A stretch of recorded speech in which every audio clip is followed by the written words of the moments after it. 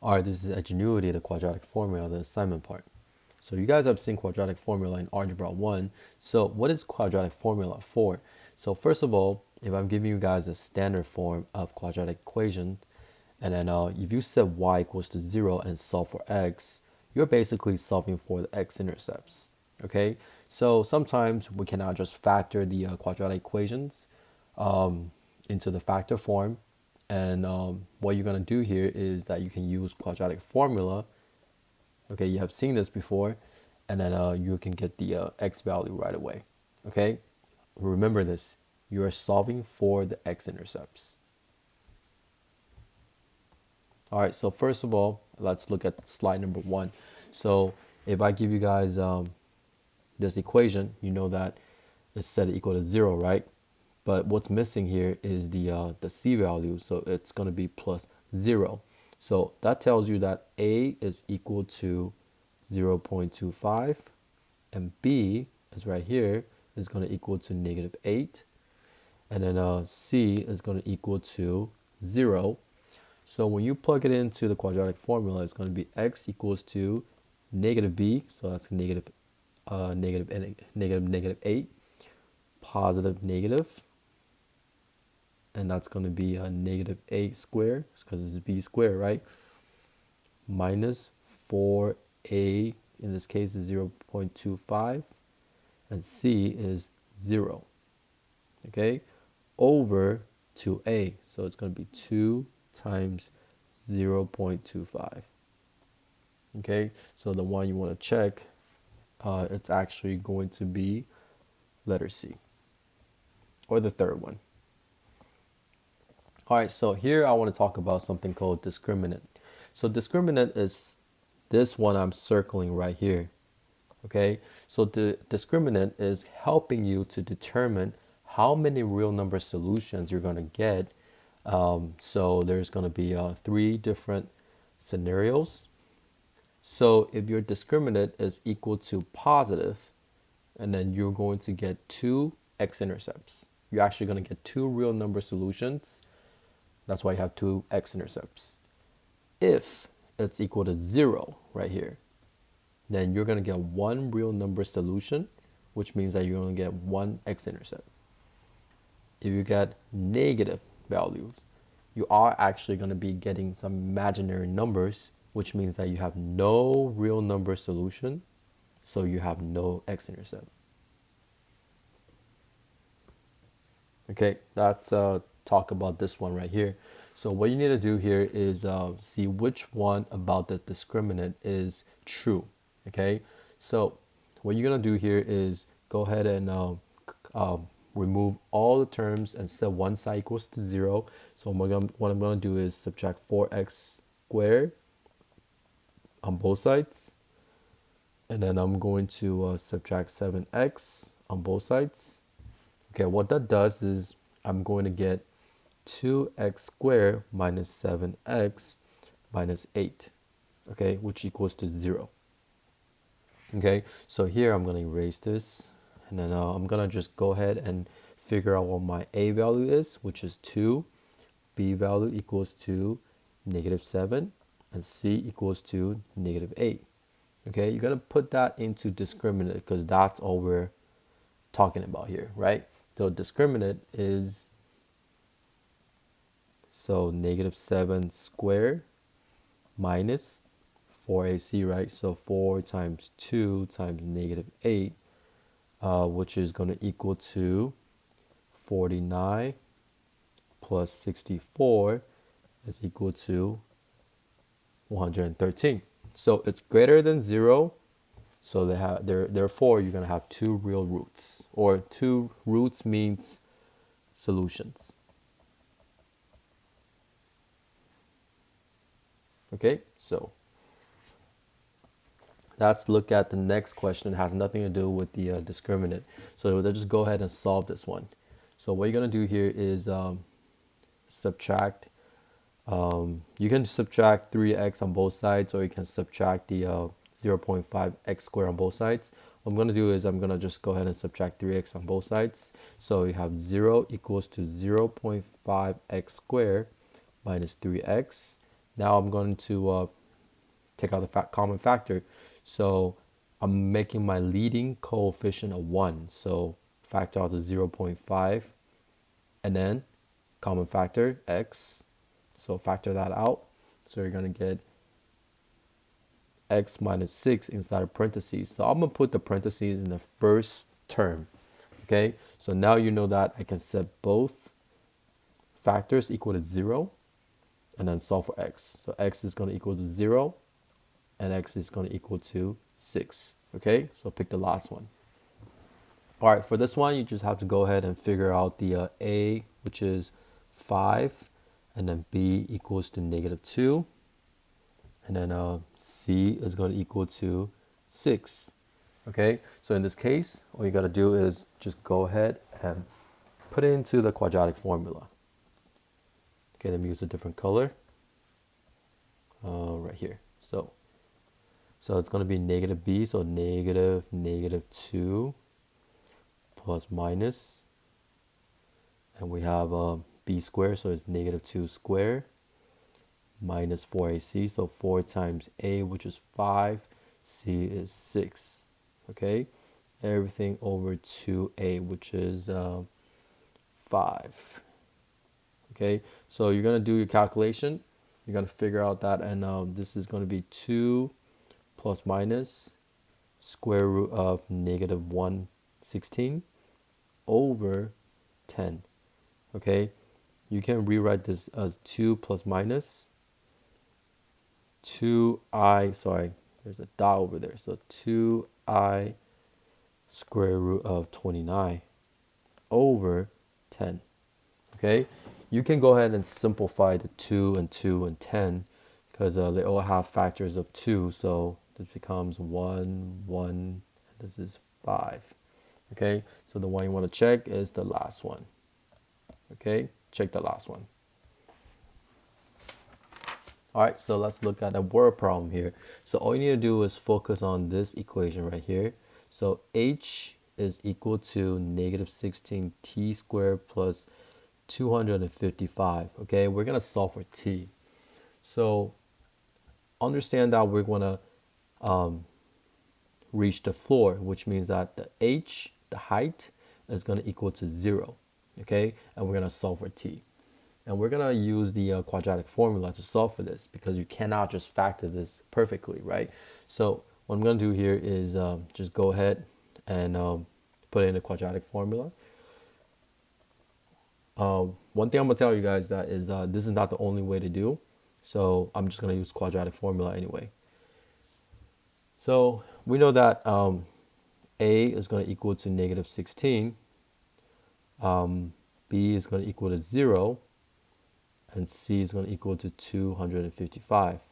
Okay, so if you use the quadratic formula, you're actually going to get the negative b, so it's going to be -0 plus minus square root of, and then it's going to be b squared, so 0 squared minus 4 times a, which is -16, and then the c is 255.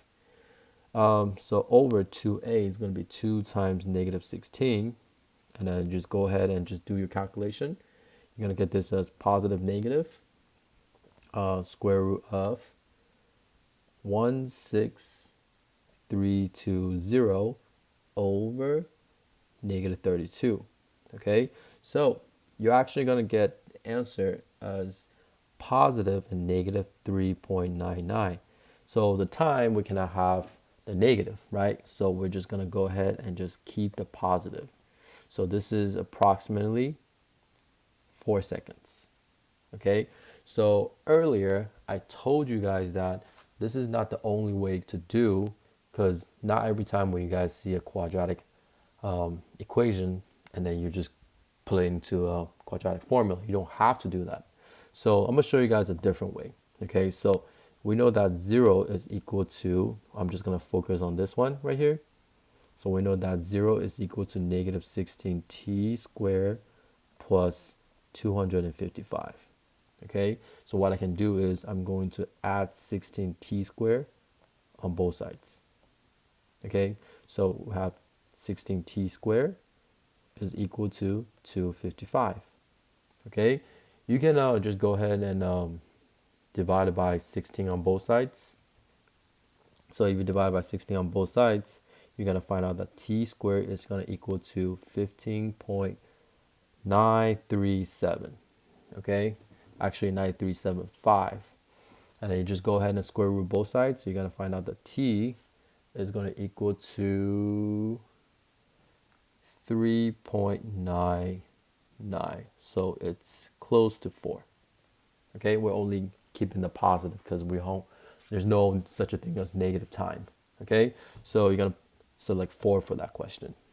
All right, so let's look at the next question. So how many real solutions do you get in here? So this is the type of question that you have to put into the discriminant. Okay, so let's check this out. So for this one, we know that for this first one, we use negative b, or sorry, negative 9 squared minus 4 times a, which is 12, and c is 4. And you just go ahead and figure out that this is going to equal to a negative value. Okay, I'm not going to tell you what this is, but it is a negative value. All right, so you're going to have no real number solution there. Let's use a different color here. So next one right here. So I'm going to combine all like terms. I mean, actually, no, I'm just kidding. So I'm going to subtract 10x on both sides. Okay, so I have y equals to negative x squared minus 10x plus 2. Okay, so I'm going to put that into the discriminant. So it's going to be b squared minus 4ac. Okay, so you got to figure out, you're going to find out that this is going to equal to a positive value. Okay, once again, I'm not telling you what that is. You can go ahead and solve it yourself if you're interested in it. So you're going to get two real number solutions. Okay, so let's check out another one. So subtract 3x on both sides. Okay, and then add 7 on both sides. So we can rewrite that as y is equal to 5x squared minus x plus 9. Okay, so put that in the discriminant, and so that's going to be b squared minus 4ac. So you're going to get a negative. Okay, which means that no real number solution here. Now the last one is purple. Okay, so this one you're actually going to get just one solution. The easiest way to do this is not to put in discriminant. Just set this equal to 0, because when y equals to 0, that's how we're going to be solving for x. So you only got one solution here. All right, so I'm bringing back the discriminant just to remind you guys, for the next slide, it's going to be a graph, and we're going to just look at the intercepts. Okay, so let's go ahead and check that out.